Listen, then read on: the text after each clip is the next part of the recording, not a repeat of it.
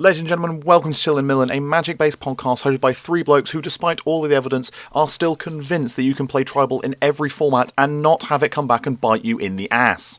Standard elves is a thing, right? Probably is the depressing thing. I mean, like, modern and commander and legacy elves are, like, good decks. Yeah, but the problem is, like, elves works in all of those, but probably doesn't work in standard because we don't have any elf lords. Unless you count heretical banner, which you could potentially be an elf lord. You don't need an elf lord when you've got three elves in an three Llanowar elves in an overcoat. That's not in standard though. That's you have Llanowar tribe.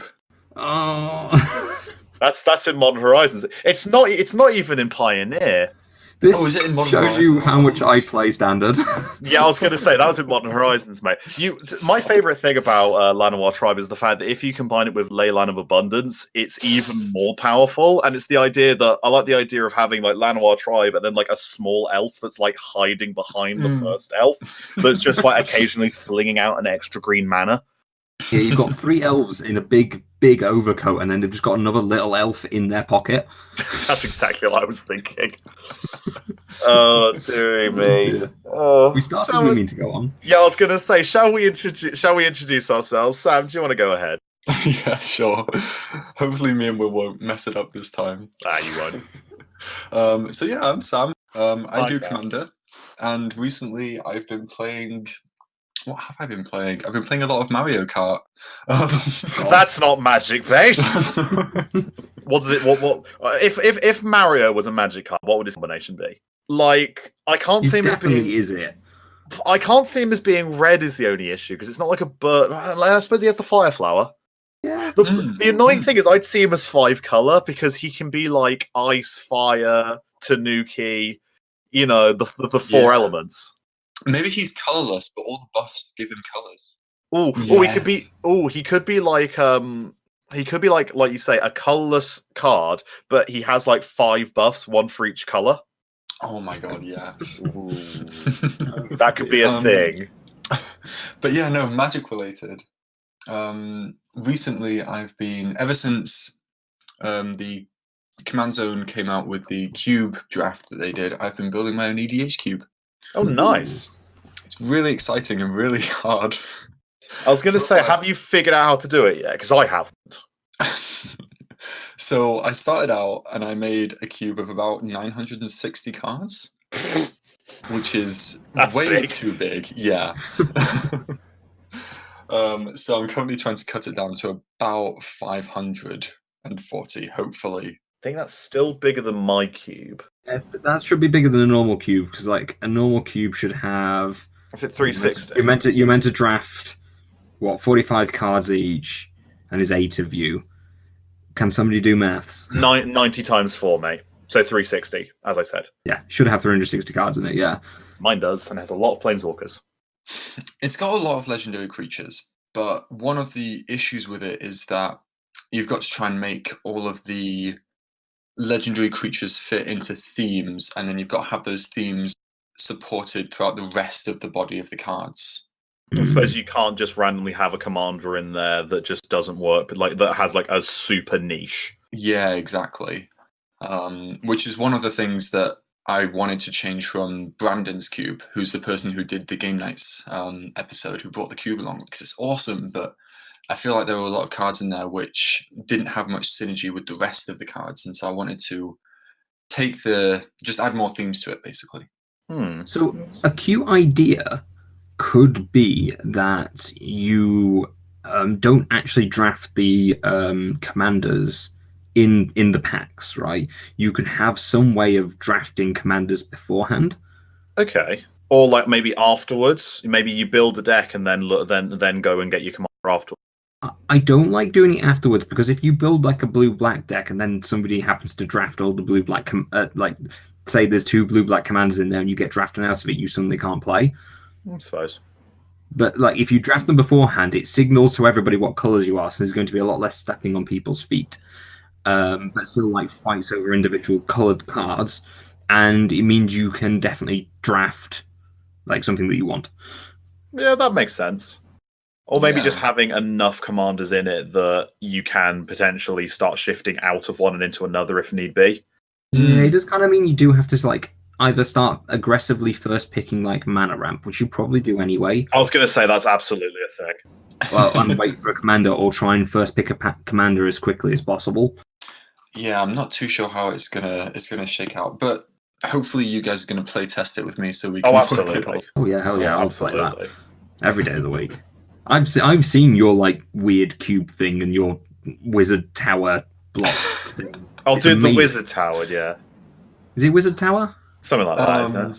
It's a battle box, but Battle box, yeah. I'm thinking it could probably be used as a wizard tower. Well, I'm thinking of Judge Tower. That's why the I'm getting one. confused. I'm not even attempting Judge Tower. Oh, I want to build one so bad. Of course you do. Because who are you, Will? So I'm William. I'm the podcast's judge. I tend to play modern and Canadian Highlander, and I tend to do all things kind of competitive constructed. And this week, speaking of, I've actually played some Canadian Highlander for once, which is for once. You're the bloke we could never get on a Sunday for anything because you were playing Canadian Highlander.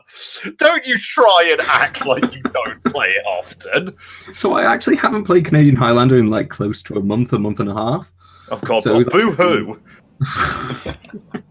That's a long time for me. You were getting the meat sweats. Yeah, I was getting the itches. I'm scratching. I need to get my hit. No, I built a new deck. I built a blue-black tempo deck, and then went down and I got to play some. Powerful Magic. Nice. How did you do? I actually won. I was so waiting for you to be like, "Oh, I lost badly." I did it powerfully, but I was bad. So I went 2-0-1. Nice. I got the bye in the first round because there was only 7 of us. You can't see what I'm doing right now, but I'm air quoting. So you won. Yes, I did. And then in the second round, I drew against the Mirror. We had a new bloke come, lovely chap, but he built a blue-black tempo deck. And he was very proud of this deck, as he rightly should have been, because he'd built it. He hadn't gone online. He hadn't net decked. He'd built this blue-black tempo deck that he thought was really cool because he played blue-black ninjas in Legacy. I thought this would be really unique, and then ran into me because I'd had the exact same idea 2 days beforehand. And yeah, we proceeded to draw. I just love his contact where he's just like I've built blue-black tempo, and you just look at each other. There's a role-playing game I play that might be coming to the market soon called Contractor, where in that there is such a system where if you are talking to a person and you happen to share a profession, you get like a little bonus to social roles.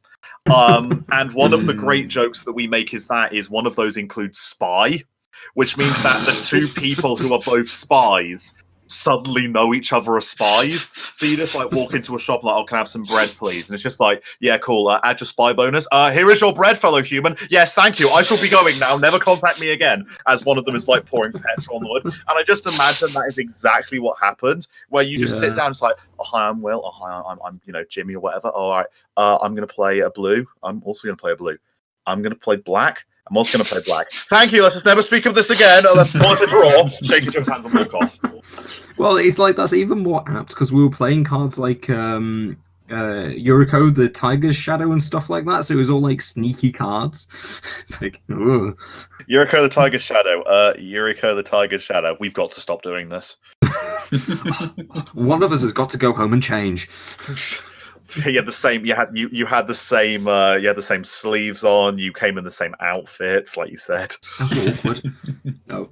The final match was against Black Mold, which is a green-black aggro deck. And it turns out if you put Umezawa's Jite on a Hypnotic Spectre, an aggro deck can't win. Yeah, that happens. Yeah, you know, that was fun. Here's a weird one. I've actually recently heard that Dwayne The Rock Johnson's actually a really, really big fan of the Mold deck. Really? Yeah. It turns out that Mold is growing on the. I hate you so much. I saw an opportunity and I just went for it. I hate you so much. So the person there making bad jokes is Hugh. So Hugh, why don't you tell us what you've been doing this week? Hello, I am Hugh. Yeah, I'm the podcast Nothing. I say host, but I don't really like the concept of host because these guys talk as much as I do.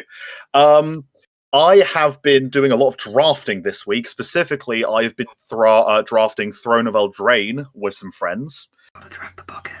I did draft. I started by drafting fairies, and that didn't go well. So then I hard steered into the meme and went back into my normal drafting experience of Throne of Eldraine, which is I drafted Trabuckets and proceeded to salt out my opponent, who had a distinctly better deck than I did. But I sat behind a wall of trebuchets and pinged him for at least 2 every turn. It feels really good when you do that. When your opponent has an objectively better deck, it's like, I'm gonna dirt you out.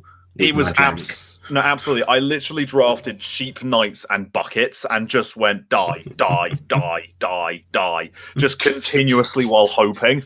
Just tap for 2. Are you dead yet? No. All right, untap and tap for 2. Are you dead yet? And yeah, I sorted my opponent out and I felt bad because I should not have won. But yeah, that's what I've been doing. Slowly but surely lamenting the eventual loss of... well, I say lamenting. I'm not lamenting it at all, but we'll get on to that because I think we should, gentlemen, start on our first topic for this evening, which is another one, which is a segment I am referring to as Banned and Restricted, Unbreaking Standard. This is where the jingle goes in. Yeah, I don't know. Do we need to talk to Jeffro about that? I think we need to talk to Jeffro about this. Hi, Jeffro. Please give us music. It's just all 3 of us screaming at Oko. Speaking of Oko, did you know Oko finally got the shotgun cocked and placed onto the back of his head as he was told to look at the rabbits? Stupid, sexy Oko. Stupid, sexy Oko. So I'm going to do all 3 of these at once because I think they make quite a good little combination, all things considered. Standard had a banning. This was on the 18th of November, so we are a little bit late to the party on this one. But I think instead of talking about the actual banning, talking about why they got banned is probably a bit more interesting. Oko Thief of Crowns is banned in Standard. Once Upon a Time is banned in Standard. And Veil of Summer is banned in Standard. And you will have noticed that all 3 of those cards are green. So just so everyone is up to date, Once Upon a Time is 1 and a green for an instant. However, the part that makes it powerful is that if it's the first spell you've cast in the game, it in fact costs 0. You look at the top 5 cards of your library, reveal a creature or land card from among them, put it into your hand, put the rest on top of your the rest on the bottom of your library in any order. Or is it a random order? I don't know if it's a random order. It is a random order. Yes, indeed, random. And then Veil of Summer, which was Wizards auto-correcting into absurdity. I'm going to take a deep breath for this one. Veil of Summer is an instant for 1 green. It reads, draw a card if an opponent has cast a blue or black spell this turn. Spells you control can't be countered this turn. You and permanents you control gain hexproof from blue and from black until the end of turn. Yes, that is for 1 green. It's an awful lot. And so, yes, those are all green cards. And I think what's more interesting, rather than the individual cards and why they're broken, it's more the fact that Standard had a green problem. Clearly. Yeah. Like, you don't tend to get green problems very often. But when they do turn up, they are an issue. Yeah, green problems are only slightly more common than white problems. But these are all very interesting bans. So, as a Commander player, white problems is a funny concept. I'm just also thinking that someone can completely take that out of context. Yeah, don't go on r/white problems. It's not a good place. Yeah, straight up, do not cut us saying that, please. No, what's interesting here is I think Oko Thief of Crowns is a fairly cut and dry one. We've talked about it before. Yeah, we know why it's banned. We've figured it out. And Wizards even say the power level is higher than they consider healthy, and is going to be consistently higher than the power level. So they're not going to wait for Theros or anything like that to try and correct it because it's not going to. Just kill it now. The other 2 are much more interesting, and it's kind of like Wizards learning the same lesson over and over again. So like Once Upon a Time is don't print free stuff. Don't print free stuff / don't print stuff that allows people to take bad hands. Yeah. Because Once Upon a Time allowed green players to take bad hands and fix them, which is always a problem. Whereas Veil of Summer, I think, is proof that do not overvalue a card. Like, do not take a card and just shove as much on it as you can and hope. So Veil of Summer is an interesting one because it's less like a straight power creep and more of an overcorrection. And they even say it themselves, like they've done like these color hate cycles a couple of times now. And the one they specifically draw it to is like Display of Dominance from Dragons of Tarkir. I believe something along those lines. So what the Tarkir block, and it's basically the same card apart from for 2 mana, and you have to like you can like destroy something. But like there's a couple of cards that are like this that basically do the same thing. It just so happens to be that like the green ones are always pretty much the worst. And they just happen to have overcorrected at this time. Because 1 mana, draw a card and do all the stuff. Like it did too much, basically. It was too much of a good sideboard card. It continued to like push out control decks and stuff like that. Oh no, well the problem was it countered both of green's probably most problematic colors, and I'd argue that if you have a card that's basically a catch-all, your deck does nothing against mine for a bit, then there's very little you can do. I mean, you can't counter spells, which means that you basically shut off blue's way of dealing with your big fatties. Yeah. It's basically like a 1-mana counter spell. Yeah, you get to draw a card and all your stuff gains hexproof. It's just problematic. And I think it's essentially a bigger problem Standard had in that green was too powerful. Because green had in order, Once Upon a Time, a way of fixing its draws. Oko, Thief of Crowns, a card that on its own basically controlled / finished games. And Veil of Summer, a way of protecting everything. Yeah. And it's problematic. Green shouldn't have been that disruptive. No. And that's the problem. Green is meant to be one of the fairest colors, right? And Once Upon a Time and Veil of Summer are not fair cards necessarily. No. You play mana ramp, you ramp into fatties, you swing at face. Like that's what green always does. And I will be the first person to kind of, stand up against the original hierarchy and say, I want to see more variety in Magic colors in what they do. However, even I will look at something like Veil of Summer and go, I said more variety, not breaking it, because that's what happened. Yeah. So do we think green is dead in Standard then? Is this God, no. No? Sorry. This is as the Standard player here. Green is not dead. Green has been pulled, because there are some people that are screaming, "Oh, green's dead." Green isn't dead. Green's been pulled down to everyone else's level. That sounds where it should be, to be fair. Exactly, and it's just a lot of angry people who are just a bit abysmal. It's like I saw a lot of people saying that now that Oko's been banned, we're just going to have the Cauldron Winter because we're just going to get cats and witches ovens. And the problem is, I think people at this point are just used to Standard having a dominant deck, and so they can't quite see that not as being a thing. I think if people are worried about that, I think they need to start playing more Sorcerer's Spyglass in their sideboard. To be honest, they also need to start playing things with trample, like say Questing Beast. Yeah, exactly, like a green card, like Questing Beast that isn't banned and is good. But this is the thing. Like, I'm honestly, no, it doesn't have trample. Does it not? Oh, it's vigilance, doesn't it? Haste, vigilance, death touch. That's still probably good enough. I'm going to be honest. No, absolutely. Yes. I kind of I think Standard. This owes to a bigger problem I think Standard currently has, which is Standard is convinced at the moment that because it's had like a year or two of having dominant decks, Standard, whenever a dominant deck gets banned out the format, constantly just assumes that there's going to be some kind of dominant deck in the future, so it doesn't know what to do. Like, yes, I agree with you. Like, we have had like 2 years, let's say, of like Standard being like a 1 or a 2 deck format. Now, obviously, this wasn't true necessarily in kind of like the Ravnica times.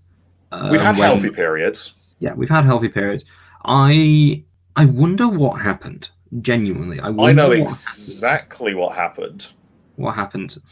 So this was an explanation. So there was a Magic article that came out, and I've been trying to find it, but unfortunately I couldn't find it. Where Magic, where one of the creators discusses the concept of why a load of Magic just suddenly got really powerful out of nowhere. And what about that was a problem? And the way that it was described, if I can try and find it, I genuinely, honestly cannot find it. The way they described it was that starting from, I believe it was Battle for Zendikar, they began to design standard sets as being specifically underpowered. That is exactly how they described it. They described them as being underpowered sets that were designed specifically only for standard. So between between Battle for Zendikar and I believe it was Dominaria, every card in standard was pretty much designed to only be in standard, with them even saying if you did not play standard, the cards weren't for you. That's interesting because, like, I obviously I played quite a lot of those sets, and I've played a lot of cards from those sets. Oh no, absolutely. There are certain cards that still crept out the woodwork, but this was kind of the general idea. Starting from, I don't know if it was Dominaria or it was Return to Ravnica. I still jokingly prefer. Dominaria, I think, would be the last low-powered one. Yeah, I think it was probably when they went to Guild of Ravnica. They said that what they were instead doing was they were now upping the power again. They were going from having low-powered to being more like fun. So printing cards that were more powerful, that were more fun. But the problem became every so often, because they were now printing a much higher powered set, every so often a certain card slipped through the cracks that would be overpowered significantly greater than the rest of them, which suddenly meant that it sent ripples down, which is the reason why you've had Oko, you've had Field of the Dead and things like that have sent ripples throughout it. And they've admitted that's exactly what they've done. That's a really interesting change in design philosophy then. So, like, I think the Ravnica block, so Guilds of Ravnica, what was the other one called? Allegiance and Ravnica Allegiance, and then War of the Spark. I think those are three of my favorite sets in recent memory. I'm going to be honest with you. I'm controversial and I love War of the Spark. I know a lot of people hate it. I know a lot of people hate it because of just the overabundance of powerful planeswalkers. I adore it. I think it's a great set. I think it's great. I like the vast majority of planeswalkers. But so presumably if they're on this tack, if they're on the like, we're designing for fun, which obviously means a higher power, well, probably means having a bit of a higher power level, and then things slipping through the cracks. How do we feel about, because that inevitably means that standard's going to be like this now. They're probably going to have a lot more aggressive bannings at standard if they're going for the higher power level. How do we feel about that? I think we've had that since Return to Shadows of Innistrad. I think this is the problem is this is it now. This is standard. The fact that standard didn't see a ban until Shadows of Innistrad and then has been seeing a ban consistently pretty much every half year since kind of shows that standard is now just in the ban sphere. Like, it used to be, we don't want to ban in standard because it's our baby and it will just rotate out. Whereas now they're like, we just need to aggressively ban anything that's a problem. And I think that's just kind of it now. The other point that was made, actually, that as of recently, particularly with the inception of Arena, the argument was that standard bans used to take such a long time because you had to feed data back from LGSs and GPs back to Wizards for them to monitor it and then to ban it. And now, because you've got Arena, there's so much more data and they can see so much more what's happening that these things, they can be much more proactive with banning.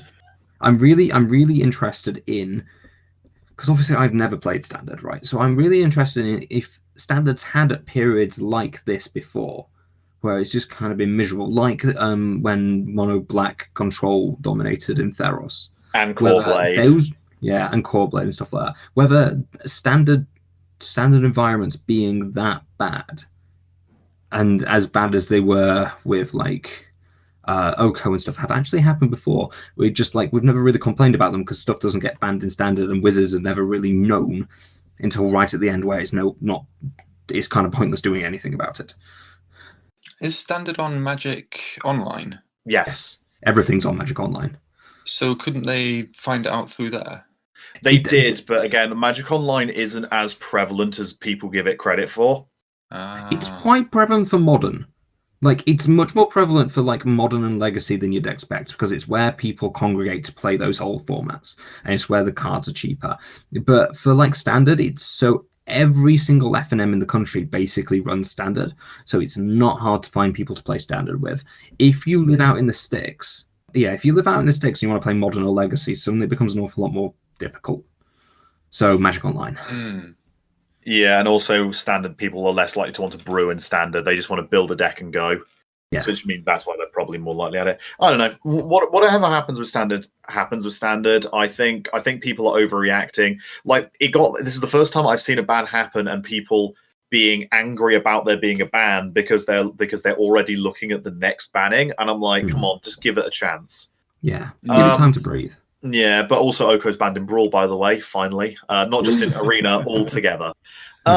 But I suppose there was one more banning and one more restricted, which is a bit more rare. Yeah, there was actually two. So I'll just pay lip service to this one. So Veil of Summer was also banned in Pioneer. Of course. Yeah. This is generally because like green-based aggro decks were becoming quite prevalent. Again, still. Yeah, and once again, kind of pushing control and blue out of the meta, and kind of black, which should be its natural enemy.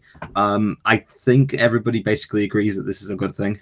I'd like to point out that Felidar Guardian is the only card that is banned that is not green or a land. Yeah. So, like, in general, I think people are considering this a good thing, and considering we're a couple of BNRs behind on Pioneer and they haven't banned anything else, which is interesting because that means Dig Through Time and Treasure Cruise are still legal. And I got into a very interesting conversation about this the other day. I thought that would happen. That means they're not broken. Shit. Well, it means that they weren't the problem. It means the fetch lands were the problem in all the other formats, would be my argument. I will be the first to make this joke, but I'll also be the first to admit that this joke is not me. But it turns out that the fetch lands were the problem. Who would have thought? Yeah. I didn't, but there we go. But yeah, so that I'm just paying lip service to that because it was a thing that what did happen, but it's not all that interesting. Yeah, well, I'm going to say, what banning has annoyed the collectors? Oh, so there has been a banning in Legacy, specifically Ren and Six, the 2-mana Planeswalker from Modern Horizons, has been banned in Legacy. Yeah, so that's the only banning in Legacy. I was going to say, weirdly, its -1 started to become a problem. Yeah. Oh no. Well, its +1 also became a problem. +1, -1, yeah. So this is because basically Ren and Six was played in exactly maybe 2 or 3 decks, but the main one it was played in was Temur Delver. So this was a Delver variant that played green for Tarmogoyf and Ren and Six. And if you aren't familiar with how Delver decks work in don't Legacy, look at it. Save yourself. Run. They are tempo decks basically. So you're trying to disrupt your opponent and then win with normally a Delver of Secrets or a True Name Nemesis or a Tarmogoyf in this case. But you play very disruptive elements. So you play Lightning Bolts and you play Force of Wills and then all the cantrips to try and manipulate the top of your deck to flip Delvers. Ren and Six became an issue because there are a lot of 1 toughness creatures that are very important to Legacy. So the ones named here are Mother of Runes, Thalia, Guardian of Thraben, and Young Pyromancer. So obviously all of those just died immediately to Ren and Six, particularly Thalia, which was a very big problem for Delver variants in the past because of the tax effect. It was immediately a problem. Like it immediately suddenly an instant solution to the one of the only cards that really disrupted the problem. Disrupted what you were doing. Yeah. The other problem here is the fact that Wasteland is legacy legal. So Wasteland is a land that taps for colorless, and you can tap it and sacrifice it to destroy target non-basic land. So notoriously, Legacy does not play a lot of basic lands. This is the entire point of the Nick Thick deck. Oh, wait, there's basic lands in Legacy. So with Ren 6's Optic, you could wasteland them, get the wasteland back, and then play it. And this is what in Highlander we would call a wasteland lock, where people just don't get lands anymore. So naturally, that's not desirable, and it basically made these games incredibly grindy. And they just locked it out. So Team Adelva had a stupidly high win rate of 56.5% in non-mirror matches. Which is ridiculous. Yeah, it's absolutely daft. And had 3 times as many 5-0 finishers in the Magic Online League as any other deck. Wow. So because of that, they basically said Ren 6 isn't safe, which I think most people could have told them. Now, on the positive side, now that Ren 6 has been banned, their price is now plummeting quite substantially. Oh, has it? And I'm looking on MTG stocks, and it was banned. What date was it banned? It was banned on November 18th. So we'll look at exactly November 18th. On November 18th, you can see exactly when it got banned because it's our track. It was an average of $75. It's currently sitting an average of $57. And as someone who plays Jund in Modern, I am currently looking at Ren 6's price going down, rubbing my hands together and slurping profusely. Yeah, it was kind of ridiculous because don't get me wrong, Ren 6 is a good planeswalker. I initially underestimated it. It's not a £100 planeswalker. It's good in exactly one deck in Modern, which is Jund. It just happens to be the expensive one. This is the problem with being a Jund player. The moment a good Jund staple comes out, the market looks at it and goes, well, 20 quid or, go home. And it's just annoying. Where everyone looked at Assassin's Trophy and, oh, damn it. And they would just look at the pre-order price of 25 quid. Yeah, makes sense. Yeah. So as we cost over 100.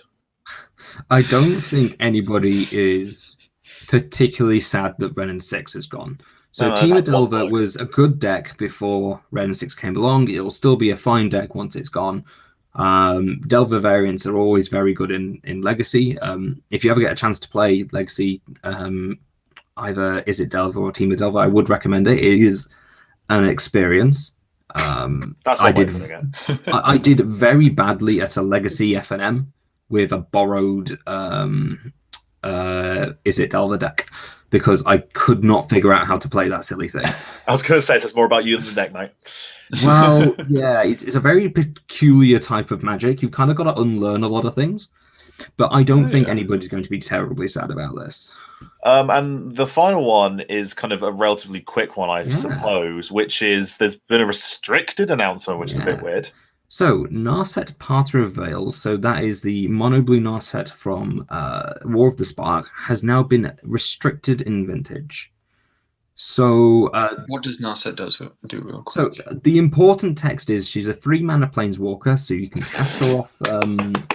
Shocking. Well done, wizards. Well done, wizards. So you can cast her off things like Black Lotus in Vintage. And importantly, she says opponents cannot draw more than 1 card per turn. It's a card that I love personally. I have the altered art versions of it. I adore it. I try and play it as many formats as I can. I mean, look, she's right there on the background art. Yes, shocking. Wink to camera. The problem is she is a bloody nightmare. And in this case, Vintage tends to be about drawing a lot of cards. So if you've ever looked at like the Paradoxical Storm decks in Vintage, they rely on Paradoxical Outcome to just draw a lot of cards.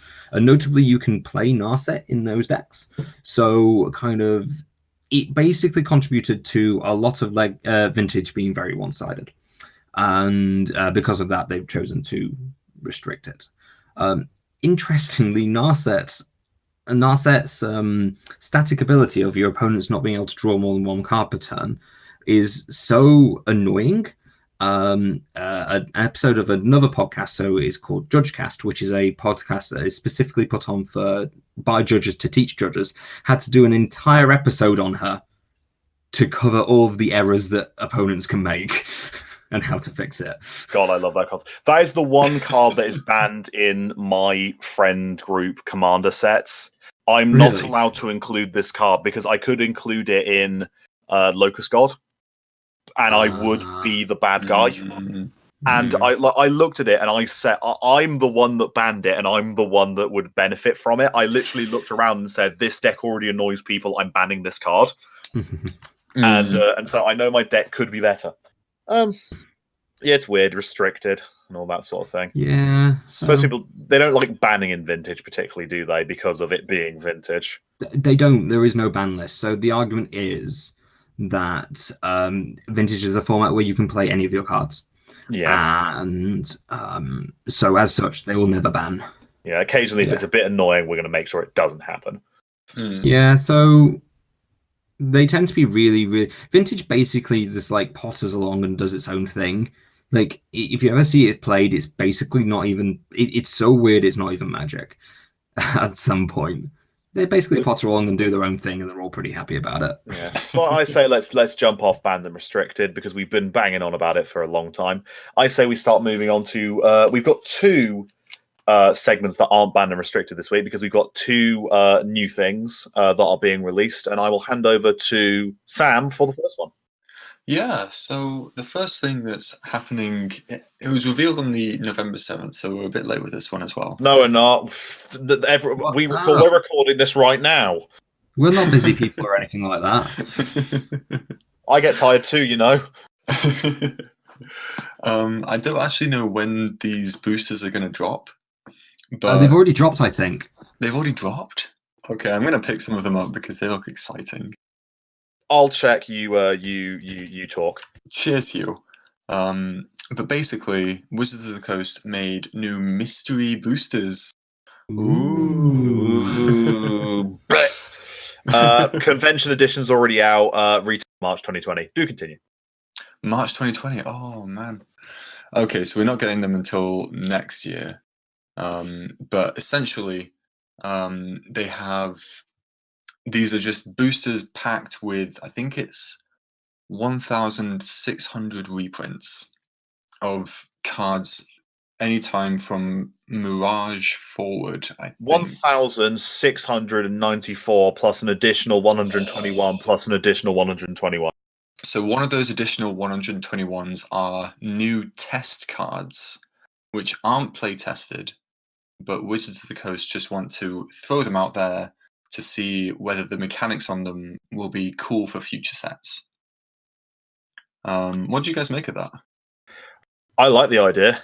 I've looking at some of the cards. It's very clear that they went, this is just going to be a stupid one that we're not really going to think about. But I at least like the idea of them.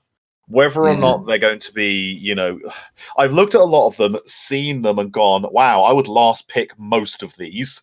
But it would at least make it's almost weird where I'm like, mystery boosters are almost designed to be like at least this is like my unset at the moment where I'm like, this will be fun Magic more than anything, because it's a chaos draft essential system, isn't it? It's packaged chaos drafting. Yeah, you're entirely right. Yeah, you should have mentioned the packs are made for chaos drafting, and you're guaranteed at least one test card in each pack.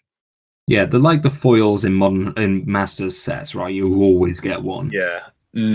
Each convention pack has 2 commons and uncommon color, 1 multicolored common and uncommon, 1 common/uncommon artifact land, 1 special slot, 1 rare/mythic with the M15 card frame, and 1 pre-M15 card in its original frame. So, like, I think it's super cute. Right. And like a big thing about chaos drafting, even at like conventions, is like it's actually really difficult to get a chaos draft together. And it's really, really difficult to get a chaos draft together with old cards. Because the boosters just aren't there. Well, let's be honest here. No one wants to chaos draft like current standard sets. Everyone wants to chaos draft so they can like it's essentially cracking packs for value, but you also get to happen to get to play Magic as well. And apparently that's been a lot of chaos drafting at GPs recently, which has been like you have like chaos drafting packs basically back to RTR, so it's kind of pioneer kind of packs, because that's when they really started printing lots of packs, and that's when like stuff became really available. And then you'll chuck a couple of Masters sets in there, maybe a couple of conspiracy stuff, and that becomes like your spice. So this is like super cute. Of like, there's loads of really old cards. You don't know what you're gonna get. Like it doesn't all necessarily all work together, but that's fine because it's a chaos draft. And That's you the just sit point. down. It's going to be different every time, and like you won't get people like picking like the masters packs for value. Yeah, that's definitely worth mentioning because the MTG Goldfish made a post about cards which are reprinted in the mystery boosters, which are valuable, and there are some really valuable cards in here. Like Lotus Yeah. Petal and Mana Crypt are the ones that are jumping out at me. Bloom Tender was the one that was jumping out at me actually. Yeah, Bloom Tender as well. But you've also got things like Elish Norn is in there. I mean, Merrin of the clan Nel Toth. I mean, there's some good ones. This is the first time, notably, that Ristic Study is being reprinted. Yeah, I was surprised when I saw that one. These are super cute. So I think an important thing about this is like it's convention magic, right? None of these reprints are actually going to matter. So No, not at all. Like it's not going to affect the price or anything. It's going to be too dilute, and that's fine. I'm almost okay with a set that's reprinting valuable cards for the sake of fun. Like, Yeah. I'm almost kind of want a bit more of that. Like, I'm not like I'm definitely saying that when I go to like the next time I go to a GP, I am absolutely like when I run out of because I will usually go Fnatic Packet, and if I don't do Fnatic Package, I'll do it like the main event. If I have spare time, I'm absolutely just going to wander over and do a Chaos Draft. Oh god, yeah, Like, yeah. absolutely. Are these going to be on demand? They're not going to be like a big thing, right? This is going to be like on demand events. I assume it's going to be one of those ones where you basically like how you do drafting at a GP, where you basically turn up, go, I would like to do a mystery booster draft, and people and then they just announce it and people turn up. Yeah. Which I'm kind of fine with. It sounds really fun, and I think the big important part is like, if you want to do a traditional chaos draft, you can probably still do it if you don't want to do this. Yeah, absolutely. So Yeah. I don't. There's been a couple of people like hating on this online, and I really don't see it. Like it just seems like all positive to me. People were expecting something different. People saw mystery booster and they were expecting to buy something and get given £100 worth of cards and not just a random selection of cards. Which, let's be honest here, that's what this is. It's a random selection of cards, and that's the point. And I hate to be the person that literally does the "it's bad, that's the point," but this is literally the point. They are designed to chaos draft, and yeah, that's absolutely fine. Yeah, I had no opinions on this going in, and when they revealed it and said this is, I went, "This is fun." Like, it's got some interesting reprints that are in, like you say, in such low quantities that they're never going to affect the price. So it's not just going to have people buying up mystery booster packs just to try and pull, a demonic tutor or a bloom tender. But at the same time, it's got fun and interesting old cards and new cards, which mean that it's not just a chaos draft experience. It's an interesting, different chaos draft experience. You have a reason to actually do a mystery booster chaos draft rather than just do a normal chaos draft, which is what I was worried about. It also has this nice effect where sometimes when you're doing a chaos draft, and particularly if they're like giving out the boosters randomly, you can sometimes bump into sets that have exceptionally parasitic mechanics in there. So think like Ether Revolt and Kaladesh, or any of the Kamigawa blocks. Like, they are horrible to have as chaos draft because they just don't work with anything else. This avoids that problem, and that's one of the big feel bads of chaos drafting, right? When you get those parasitic mechanics that you just can't do anything with. And this is like a chaos draft where they've deliberately like, you'll still get some of the nicer, good, interesting cards from those sets, but you won't ever run into any of that parasitic kind of mechanics, which is like, from what I understand, that's like eliminating one of the big problems with chaos drafts. No, I agree completely. And yeah, I trust Wizards to be able to look and like completely and totally understand exactly what cards are going to work and what are not. And like again, I'm excited for this. I will absolutely give it a try. Will I buy a load of these to Chaos Draft with friends? Friends, probably not. Am I going to, happily do this at a GP? Absolutely. Like I will 100% drag you guys to do one of these with me. Eventually scrub out of a modern double up, I will come and do it with you. Oh, absolutely. And this is what I'm kind of saying. I'm just a thing. I'm definitely thinking of going to GP Brussels, and if they're available at GP Brussels, I'm really thinking about it because I can't wait to try and Chaos Draft with a bunch of people that don't speak my language. That's going to be useful. It's Central Europe. They all speak English, and they all speak English better than us. Yeah, I know.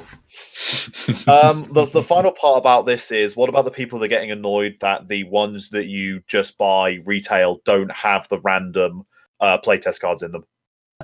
That is a bit of a confusing choice.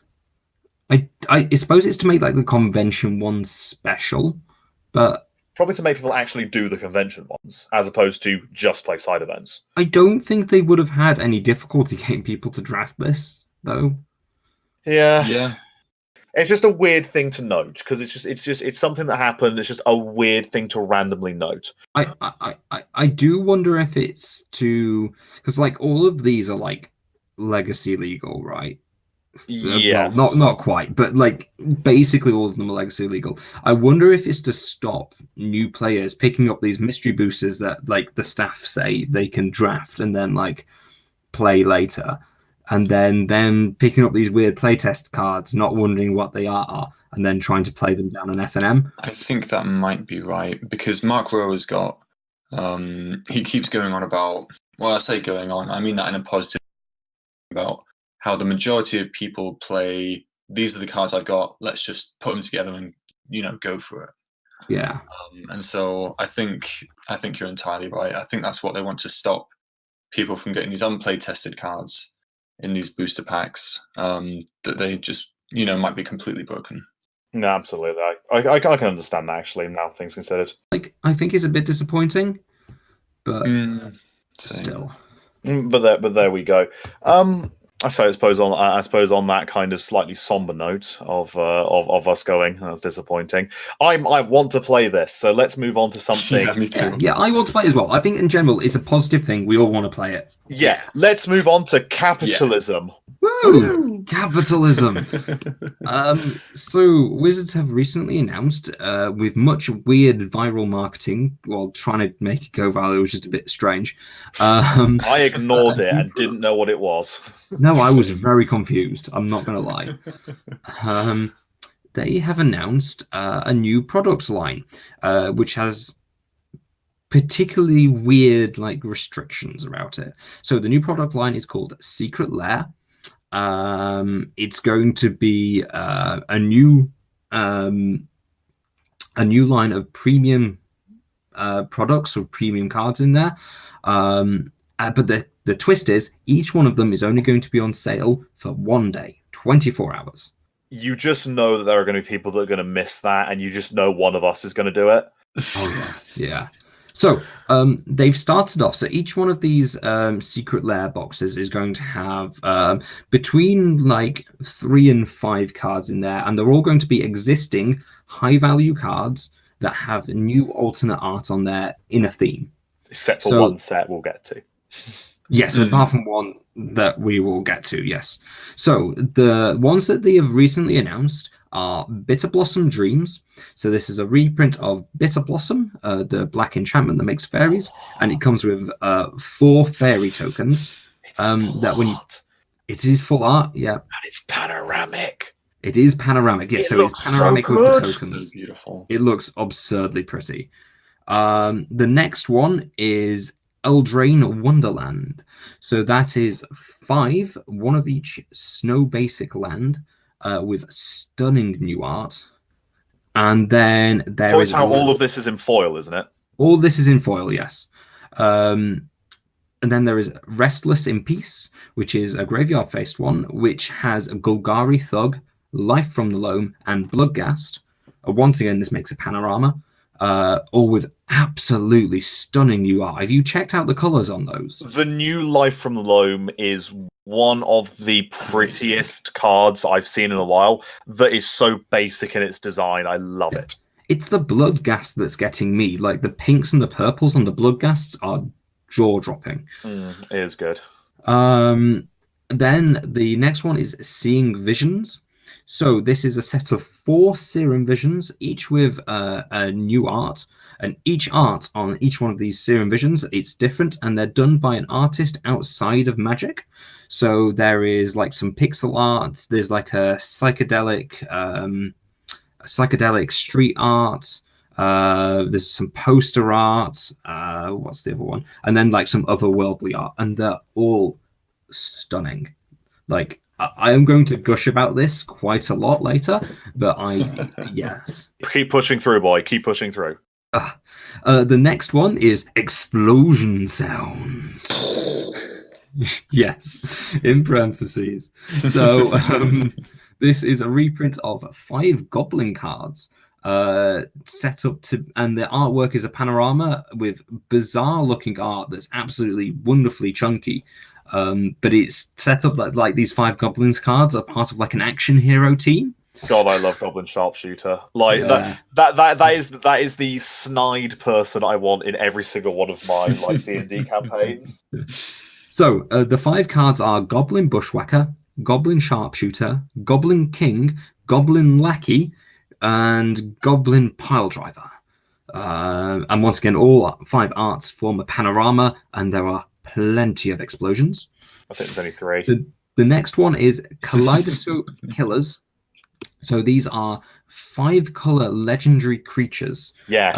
So specifically, the Ur-Dragon, Sliver Overlord, and the Reaper King. Don't mind. All notably need a reprint. They're all quite expensive. And powerful. And then finally, the first one that I saw that confused me immensely is OMG Kitties. So these are 5 cat-based cards, including and 2 tokens, so 7 cards altogether, that have ridiculously adorable artwork. So there are 2 alt art cat tokens, then 1 foil alt art Regal Caracal, Quasali Slingers, Miri the Weatherlight Duelist, Leonin War Leader, and I do not know how to pronounce his name. Arabo, the Roar of the World. So yeah. Who is now the most precious cat in the world? Just like, oh my god, it's a giant lion that will never be able to do anything about it. What do you mean? Meow. So God, it'll break your leg.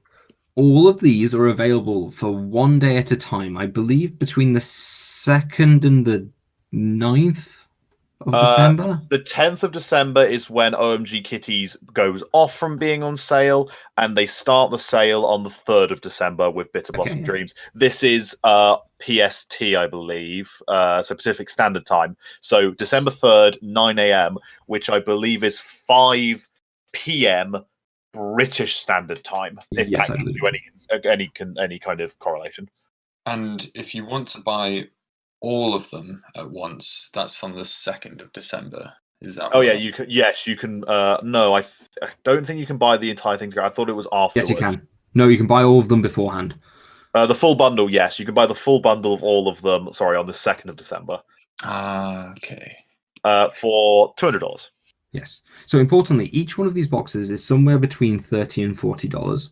I believe the two $40 ones are OMG Kitties and the Kaleidoscope Killers. You're correct. Ones, they're all $40, and the rest, I believe, are $30. $29.99, yes. $29.99, yes. And importantly, each box comes with a code that allows you to reclaim them on Magic Online. Same artwork, not foil. Very, very nice touch. I much approve. Oh no, I don't even play Magic online, and even I'm like, good. I like this one. You also get it for Magic Arena. You also get it for Magic Arena, which is another point I'll make a bit later. But yeah, we get it for Magic Arena, which means that Eldraine Wonderland's a nice little one. Yes. true. Yes. Yeah. Oh no, you won't get Eldraine Wonderland because they're not legal and standard. You get them as card sleeves in. Oh yeah, sorry, yeah, card sleeves. I do apologize. Yes. So snow basics are not going to be legal in standard. Never know. Sad. Or in general, which are we excited for? I think is the question here. Like, which capitalism hole are we falling down? So out of all of them, like, there's only one that makes. There's only, like, for me personally, there are a couple that I think are a storming deal. Like the Bitter Blossom one, just on like basic maths, I think is a good deal, even before you consider how bloody beautiful it is. Right. Mm. And then obviously, like the Kaleidoscope Killers one, you've got like probably close to $100 worth of card in there. Not quite.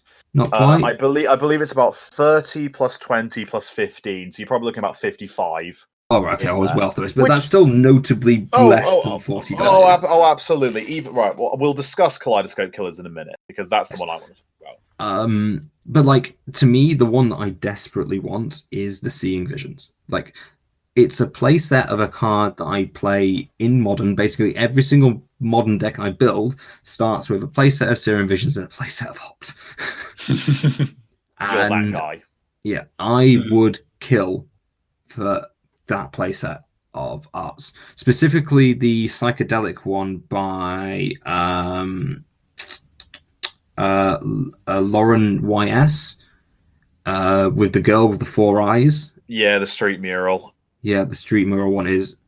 It is amazing. Seeing Visions is distinctly this is the one that you are buying for the art. Like Seeing Visions has been printed so many times over the years that you're not buying it because it's a really value reprint. You're buying it because it is such. Well, there's a reason why they're printing 4 of them in one pack.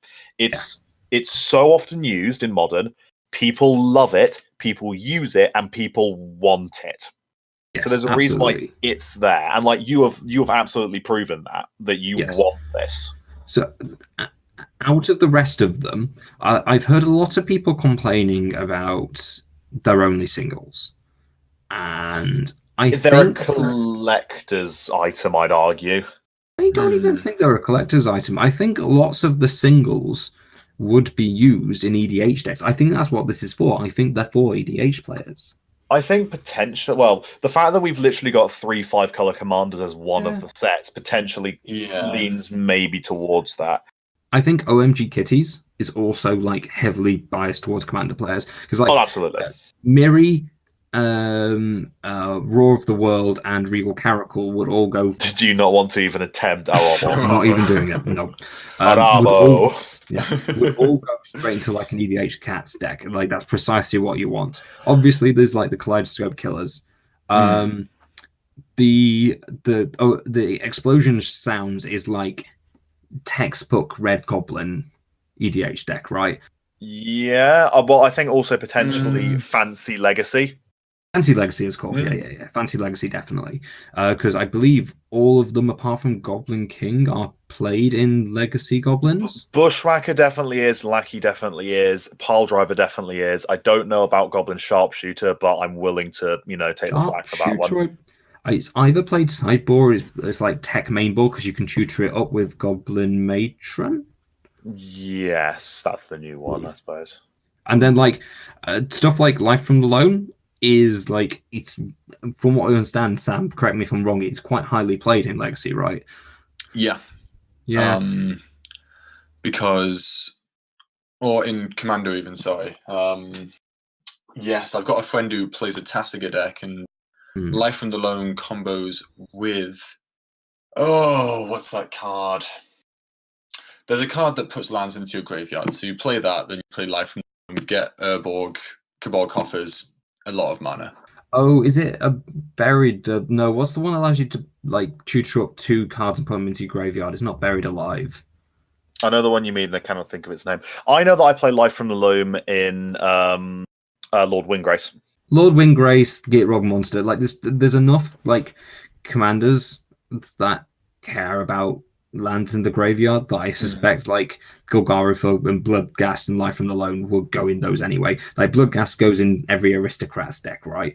Yeah. I would genuinely argue that this is not a product that's for a specific group of people. I'd argue it's for collectors and people that are interested in a range of formats.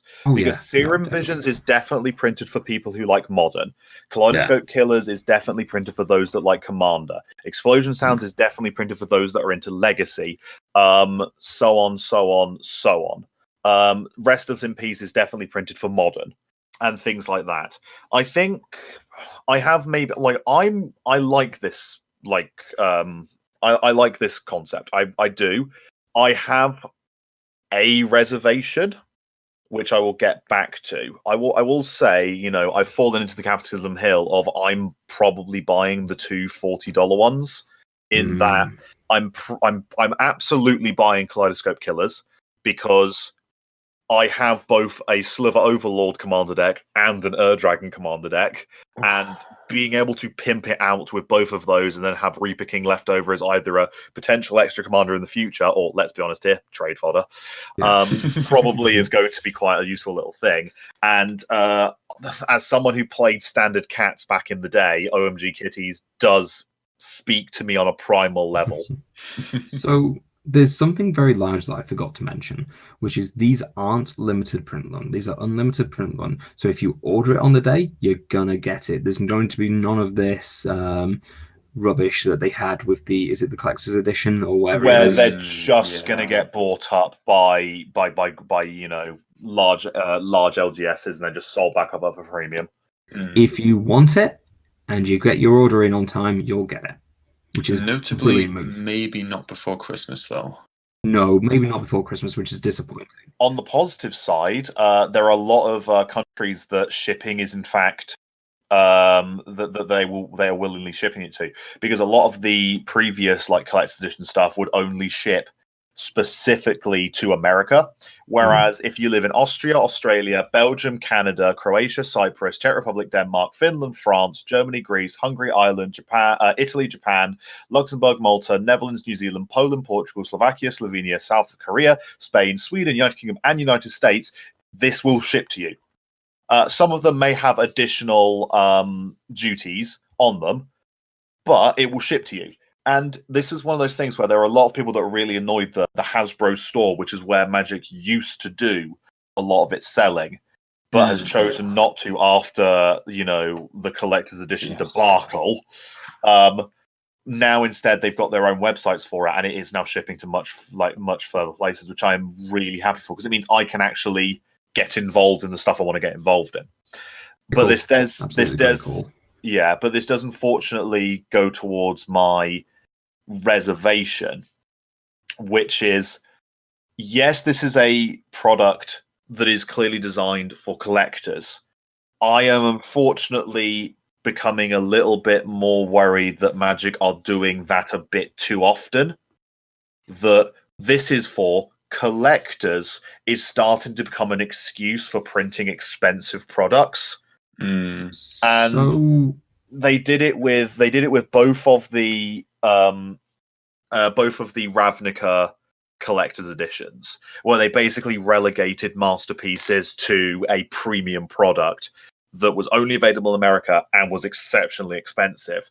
And then they also are now doing it here, where they're essentially going, here's some really, really nice stuff. Not a super over-the-top price. Pricey, but not overly pricey.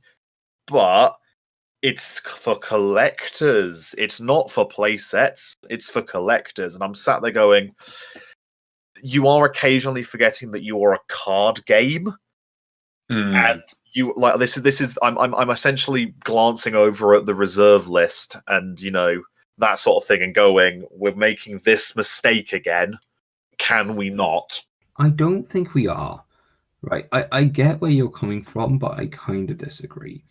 Just because, like, then the difference between this and the reserve list is simply that the reserve list is like their no touching zone, right? They will not reprint this. These are like they're doing reprints. They're just expensive and they're nice. So surely your argument boils down to they won't do this. Like, if they don't, what is this taking away? Oh no, I'm not we arguing. didn't have. No, I'm not taking. I'm not saying this is taking away anything at all. Like, it is presenting some very, very nice things that I will be buying. However, I'm worried that we're going to start seeing reprints of cards like in these premium products and not other places. So this is the first ever Dragon reprint. This is the first time Sliver Overlord's got a reprint since it's from the Vault set. And things like that. I'm worrying that premium products are going to be where things like these reprints happen, as opposed to just happening in other places where it could benefit more people. Like, I'm not saying don't do these products, but what I'm saying is be distinctly aware that maybe you could print some of these cards in another set somewhere else, so we don't have the "this is for collectors" problem, where only those with large amounts of money who are willing to buy premium products get the product. Like, I would prefer it if we had this, but also like here is like a cheaper version of the product as well that just has the normal cards in it. Or if they just went, hey, we're reprinting some of these cards just in random, like in just like this set, or something along those lines. So I get that.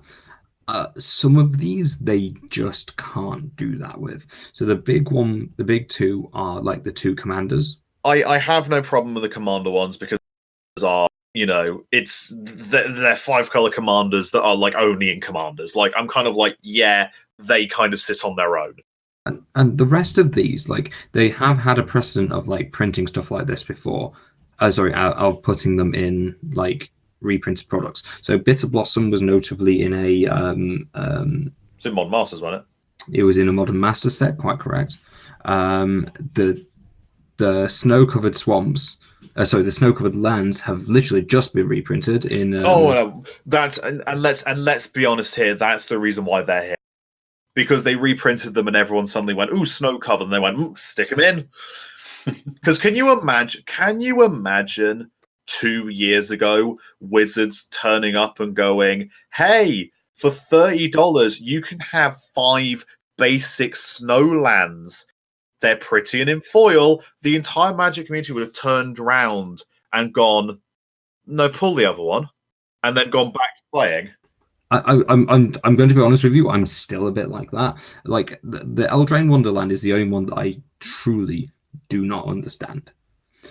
Because, okay, yeah, 5 basic arcs, they're very pretty. But, like, these 5 basic arcs, it just looks like, do you know one of those land packs you get for, like, some number of tokens at a GP? It looks like that to me, and I would not pay $30 for one of those land packs. I think that's the one that's going to see the least purchase, I'll be honest. But then again, I might be completely wrong. I just worry about the precedent of printing things for collectors with the idea of it was when they were printing it's when they were printing the Ravnica special boxes, and they specifically used the phrase "this product's not for you." And I'm just very worried of the phrase "this product's not for you," because I don't like artificially taking something in a hobby that someone enjoys and going, "Nope, you don't get this." I think it's absolutely fine, though. I think it's absolutely fine to acknowledge that not all products are for everybody. Oh no, that's fine, but we don't specifically design products to hit that niche. We understand that sometimes people just aren't going to like it, but we don't sit down and go, "I'm going to design this product specifically so these people don't get it." No. But they've designed it so it would be cool, and then, like, yes, you then sit down and acknowledge that not everybody. It's not that nobody's going to get it. It's like not everybody's going to like it or want it. Like, it's like it's not a direct parallel, but it's like Conspiracy Take the Crown.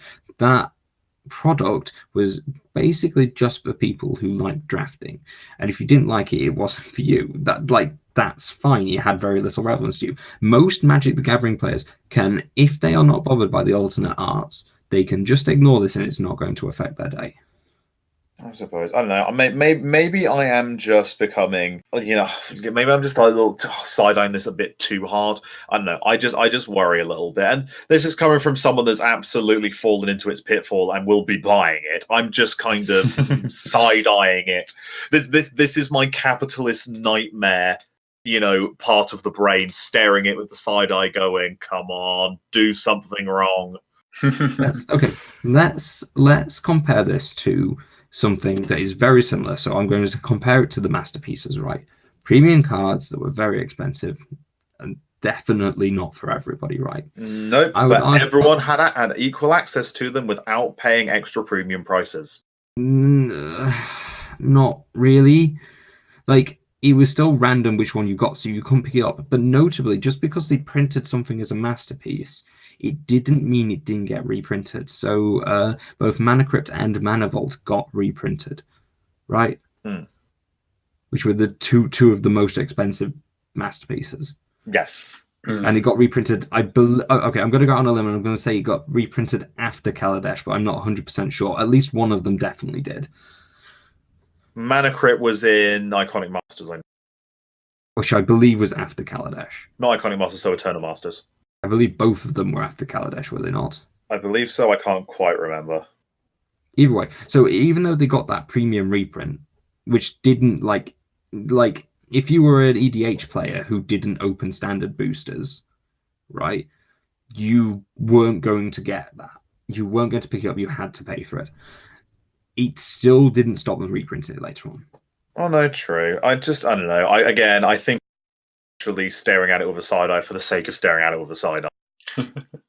Sam, are you going to buy any of these? I'm torn about them. I'll be honest. Really? The ones that interest me are the Restless in Peace ones, because I think that the Golgari Thug and the Bloodghast just commander staples. Yeah. Well, not staples, but they would go in a lot of commander decks. And alternative to that, I'd probably get the goblin ones, the explosion sounds, because those cards are just so pretty, and I love goblins. The only thing that puts me off buying them is that because I'm mainly invested in Commander, I'm only really interested in ones that are Commander related, and I'm only interested in the ones that are Commander related. That since Commander is such a personalized format, I'm only interested in the ones that are to do with what I want to get out of Commander.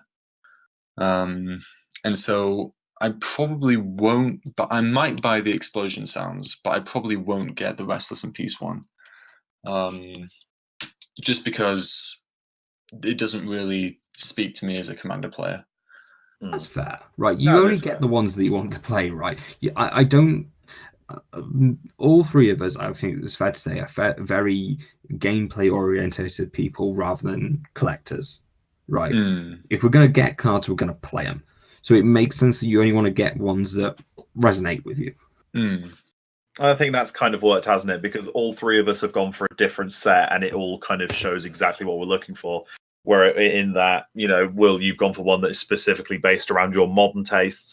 Sam, you've gone for one that's specifically based around what you think Commander's going to be. I've gone specifically one that is based around the exact Commanders I want. So I think an important thing to note, just wrapping up about these, is from what I can tell is basically that with each one of these, they're trialing different versions of Secret Lair. Right, so like there's going to be the single card with lots of tokens. There's going to be like the land cycle. Then there's like very kind of like mechanic orientated ones with like the dredge. They've got like the play sets all with different art with the Seeing Visions. You've got like the highly themed ones with the explosion sounds. Then you've got like the Commander reprints for Kaleidoscope Killers, and then you've got like the properly strange art style of OMG Kitties. So I think what's happening here is they're basically trialing what they think Secret Lair can be in the future. What ones sell good, what ones sell bad. Yeah, what do people want from it? And then the future Secret Lairs will be released and designed on those notes. Like let's say the Seeing Visions one sells well because it appeals well to like modern players who want to bling out their deck a little bit, then I would say it's much more likely that we're going to see kind of like those 4 same card, different art Secret Lairs in the future. So I'm quite excited to see where they take this, really. And wherever they do take it, it's going to go somewhere interesting. Yeah. And on that note, I think that's probably a good time of ending because we all just had a contemplative thought at that point. We shall end it there. Thank you ever so much for listening to this episode of Chillin and Millin, which I do hope I actually mentioned that was its name at the beginning of the podcast. I think you did. I think you did. Yeah. If it's not, this has been Chillin and Millin. I've been Hugh. That's been Sam. That's been Will. Thank you for listening, and good night. Good night. Bye.